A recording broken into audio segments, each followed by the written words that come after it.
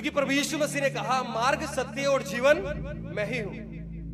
उसने कहा मार्ग भी मैं हूं, सत्य भी मैं हूं और जीवन भी मैं ही हूं। यीशु मसीह ने कहीं और उंगली नहीं दिखाई, कहीं और उंगली नहीं दिखाई। उसने कहा मैं ही मार्ग हूं, मैं ही सत्य हूं और मैं ही जीवन हूं। प्रभु यीशु मसीह ने कहा मैं हूं, और ये कहने के लिए दम चाहिए कि मैं मार्ग हूं, मैं सत्य हूं, मैं जीवन हूं, मैं अल्फा और मैं ओमेगा, मैं आदि हूं, मैं अंत हूं, मैं मर गया था, मैं जी उठा हूं और फिर से मैं आने वाला हूं। इस सृष्टि का रचयिता मैं ही हूं। ये सब बात कहने के लिए दम चाहिए, कोई आदमी कह नहीं सकता है। इस संसार में एक भी व्यक्ति ऐसा नहीं हुआ है जिसने ये कह दिया हो कि इस सृष्टि का रचयिता मैं हूं। मैं ही ने इस सृष्टि को पैदा किया है और मैं ही मार्ग हूं, मैं ही सत्य हूं और मैं ही जीवन हूं। यीशु मसीह ने इस बात के लिए बोला। Hallelujah, hallelujah.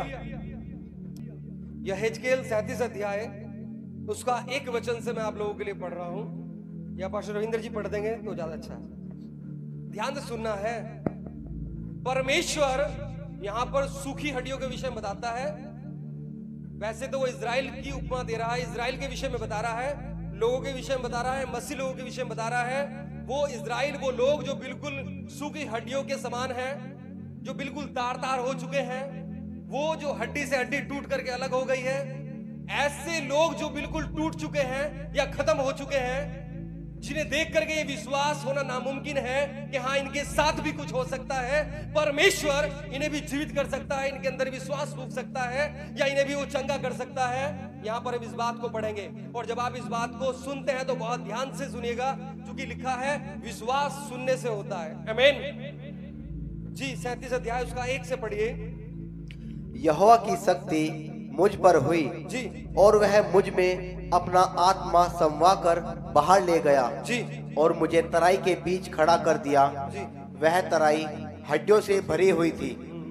तब उसने मुझे उनके चारों ओर घुमाया और तराई की तह पर बहुत सी हड्डियां थी जी। और वे बहुत। अभी मैं आपको थोड़ा इसका बैकग्राउंड बता देता हूँ। यहेजकेल एक परमेश्वर का दास है, वो याजक ही है, लेकिन इस समय वो गुलामी में है। जब बेबीलोन यहूदा को बंधुआई में ले गया था, तब दानियल, शद्रक, मेशक, अबेदनगो, यहेजकेल, इन सब लोगों को लेकर के चला गया था। अभी वो बेबीलोन में बंधुआई में है और परमेश्वर उसे दर्शन दिखा रहा है। इससे पहले परमेश्वर ने उसे दर्शन दिखाया था कि जो परमेश्वर की महिमा थी, परमेश्वर का तेज था, वो परमेश्वर के मंदिर से उठ करके बेबीलोन में आ गया था। यानी कि उस मंदिर में अब परमेश्वर का तेज नहीं था, परमेश्वर की उपस्थिति नहीं थी। जो मंदिर इजराइल में था, सुलेमान ने बनवाया था। अब परमेश्वर की उपस्थिति उठ करके बेबीलोन में उसके लोगों के साथ में आ गई थी, और यहेजकेल दर्शन देख रहा है, गुलामी में है इस समय। फिर वो आगे और चलता है, फिर परमेश्वर उसे एक और दर्शन दिखाता है। यहाँ पे दर्शन की बात हो रही है, और परमेश्वर उसे एक तराई दिखाता है जहां पे बहुत सारी हड्डियां पड़ी हुई है, बहुत सारी हड्डियां हैं वहां पे, और परमेश्वर उन हड्डियों को उसे दिखा करके उसे कुछ बताना चाहता है। जी आगे पढ़िए। और वे बहुत सूखी थी।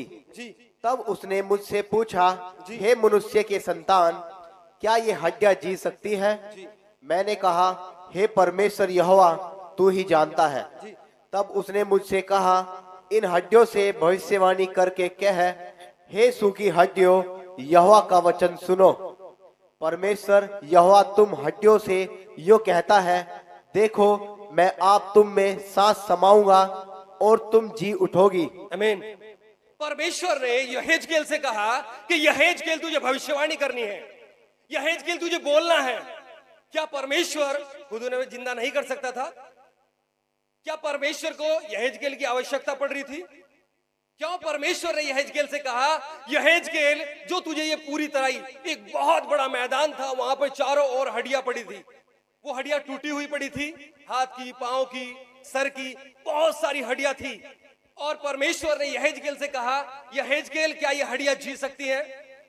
उसने कभी ऐसा नहीं देखा था। उसने कहा, परमेश्वर तू ही जानता है। उसने कहा, अगर मैं ही जानता हूं तो फिर इन हड्डियों से भविष्यवाणी करके कहे कि हड्डियों जी उठो, कि हड्डियों जी उठो। परमेश्वर चाहता था कि यहेजकेल भविष्यवाणी करे, यहेजकेल भविष्यवाणी करे उन हड्डियों के लिए, ताकि वो हड्डियां जी उठे। क्योंकि परमेश्वर अकेला काम कभी नहीं करता, परमेश्वर हमेशा यूनिटी में काम करता है। जब आप बाइबल को बहुत अच्छे से पढ़ते हो, आप त्रिएक परमेश्वर को देखते हो, यूनिटी को देखते हो। परमेश्वर ने अपने शिष्यों को बनाया, चेलों को बनाया, उनमें एक यूनिटी पैदा कर दी।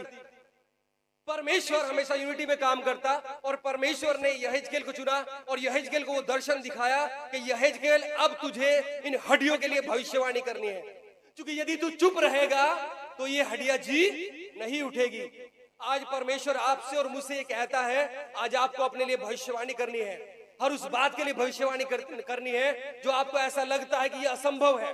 हर एक उस बीमारी पे भविष्यवाणी करनी है कि यीशु मसीह के नाम में मेरी बीमारी चंगी हो चुकी है। आज आपको भविष्यवाणी करनी है, क्योंकि परमेश्वर ऐसा चाहता है, जब तक आप अपने मुख के शब्दों को नहीं बोलोगे तब तक परमेश्वर काम नहीं करेगा। हालेलुया। आज आपको इस बात को समझना है। आप यहेजकेल को देखिए, परमेश्वर ने कितनी बारीकी से उससे मुंह से भविष्यवाणियां कराई। आगे पढ़िए पास्टर जी। देखो, मैं आप तुम में सांस समाऊंगा और तुम जी उठोगी। मैं तुम्हारी नसें उपजा कर मांस चढ़ाऊंगा और तुमको चमड़े से ढांपूंगा, और तुम में सांस समाऊंगा और तुम जी जाओगी, और तुम जान लोगी कि मैं यहोवा हूँ। जी, साथ भी पढ़िए। इस आज्ञा के अनुसार मैं भविष्यवाणी करने लगा, और मैं भविष्यवाणी कर ही रहा था। इस आज्ञा के अनुसार यहेजकेल भविष्यवाणी कर चुका। जब परमेश्वर आपको कोई आज्ञा देता है, तब आपको उसकी आज्ञा को मान करके अपने लिए प्रोफेसी करनी है, अपने लिए भविष्यवाणी करनी है।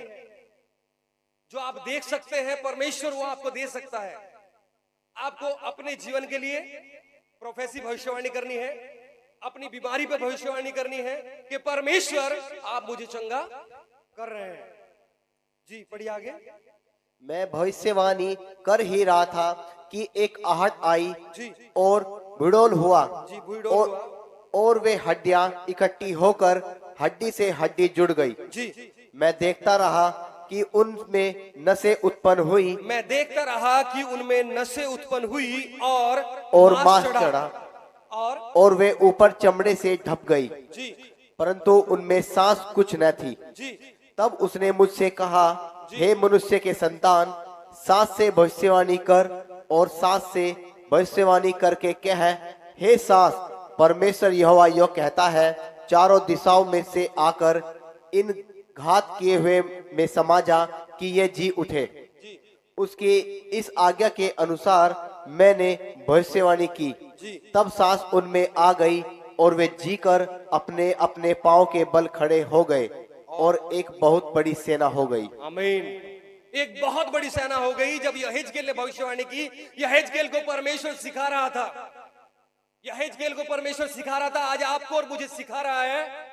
परमेश्वर ने कहा इन हड्डियों से भविष्यवाणी कर। यहेजकेल ने उन हड्डियों से भविष्यवाणी करी कि ये सारी हड्डियां आपस में जुड़ जाए। परमेश्वर ने कहा इनमें भविष्यवाणी कर, इनमें नसें उत्पन्न हो जाए। यहेजकेल ने कहा कि इनमें नसें उत्पन्न हो जाए, और उनमें नसें उत्पन्न हो गई। उसके बाद भी वो जिंदा नहीं थी। परमेश्वर ने कहा इनसे भविष्यवाणी करके इनमें श्वास आ जाए, ऑक्सीजन आ जाए इनमें। और बाइबल ऐसा गवाही देती है, जैसे उसने भविष्यवाणी की, पूर्व से, पश्चिम से, उत्तर से और दक्षिण से, चारों ओर से ऑक्सीजन आकर के, श्वास आकर के उन हड्डियों में समा गया, और वो जीवित हो गए और एक बहुत बड़ी सेना बन गए। आज जो आप सेना देखते हैं, आज जो आप मसीह लोग देखते हैं, आप इतने सारे क्रिश्चियन देखते हैं, ये सब एक बहुत बड़ी सेना है जिनके लिए प्रोफेसी हुई है, जिनके लिए भविष्यवाणी हुई है, जिनके लिए प्रार्थना हुई है, और प्रार्थना के द्वारा वो लोग चंगे हुए हैं। और आज पूरी दुनिया में सबसे ज्यादा यीशु मसीह को मानने वाले लोग हैं। आमीन। आज पूरी दुनिया में सबसे ज्यादा यीशु मसीह को मानने वाले लोग हैं। आप देखिए, यीशु मसीह आज से 2000 साल पहले आया, और 2000 साल पहले आने के बाद वो मर गया, गाड़ा गया, और तीसरे दिन मुर्दों में से जिंदा हो गया। एक यीशु मसीह एकमात्र ऐसा व्यक्ति विशेष है, एक यीशु मसीह एक ऐसा परमेश्वर है कि जिसके पैदा होने का भी दिन मनाया जाता है, जन्मदिन मनाया जाता है, और जिसके मरने का भी दिन मनाया जाता है, और यीशु मसीह के ही जी उठने का दिन भी मनाया जाता है। ऐसा हमारा परमेश्वर है जिसने पूरी दुनिया में अपनी छाप छोड़ दी है, और पूरी दुनिया के लोग यीशु मसीह को ग्रहण करते हैं। और जबकि यीशु मसीह को मानने वालों पर सताव होता है, यीशु मसीह को मानने वालों को सताया जाता है, विरोध होता है, झूठे झूठे इल्जाम लगते हैं, बहुत सारी बातें उनके साथ में होती है, लेकिन आज तक ये काम कभी रुका नहीं, चूंकि बाइबल में लिखा है यदि ये काम परमेश्वर की ओर से है तो इसे कोई मिटा नहीं सकता। 2000 साल पहले शुरू हुआ था। अगर आज आप पढ़े लिखे हैं, आप सर्वे करिए, पूरी दुनिया में सबसे ज्यादा आपको मसीही लोग, क्रिश्चियन लोग मिलेंगे। और मात्र 12 चेले थे प्रभु यीशु मसीह के, 12 चेले थे, और आज 12 करोड़ से भी ज्यादा है। आप इस बात के लिए समझिए, यीशु मसीह हमारे घर पैदा हुआ, एशिया में पैदा हुआ। यीशु मसीह अमेरिका में पैदा नहीं हुआ। हमारे बाप दादाओं की प्रार्थनाओं का फल है, उनके तप का फल है कि यीशु मसीह इजराइल में पैदा हुआ, अमेरिका में पैदा नहीं हुआ। लेकिन अमेरिका के लोगों ने, इंग्लैंड के लोगों ने, सबने यीशु मसीह को अपना लिया। आज हम सोचते हैं शायद यीशु मसीह उनका है, उनका नहीं है। हमारे यहाँ पैदा हुआ, इजराइल में पैदा हुआ यीशु मसीह, और हम लोग बहुत पीछे रह गए। लेकिन परमेश्वर का धन्यवाद हो कि परमेश्वर ने इन दिनों में भारत पर अनुग्रह किया है। आज भारत के लोग यीशु मसीह को जान रहे हैं, दिन प्रतिदिन यीशु मसीह को जान रहे हैं। आज भारत में कलीसिया लाखों में होती जा रही है। इतना विरोध होने के बावजूद भी आपको इस बात को समझना है कि ये वही भविष्यवाणियां हैं जो परमेश्वर ने कही कि सूखी हड्डियों में भी जान आ जाएगी। बस आपको बोलना है, आपको बोलना है, अपने पड़ोसी के लिए प्रोफेसी करनी है कि एक दिन वो बदल जाएगा और वो भी उद्धार को पालेगा। आमीन। आज परमेश्वर इस वचन से आपको और मुझे कहता है, जब आज आप अपने मुंह से भविष्यवाणी करोगे अपने परिवार के लिए, अपने काम के लिए, अपने बच्चों के लिए, अपने जीवन के लिए, परमेश्वर आपके जीवन में उस भविष्यवाणी को पूरा कर देगा। आमीन, आमीन। एक वचन और पढ़ेंगे जल्दी से, मरकुस रचित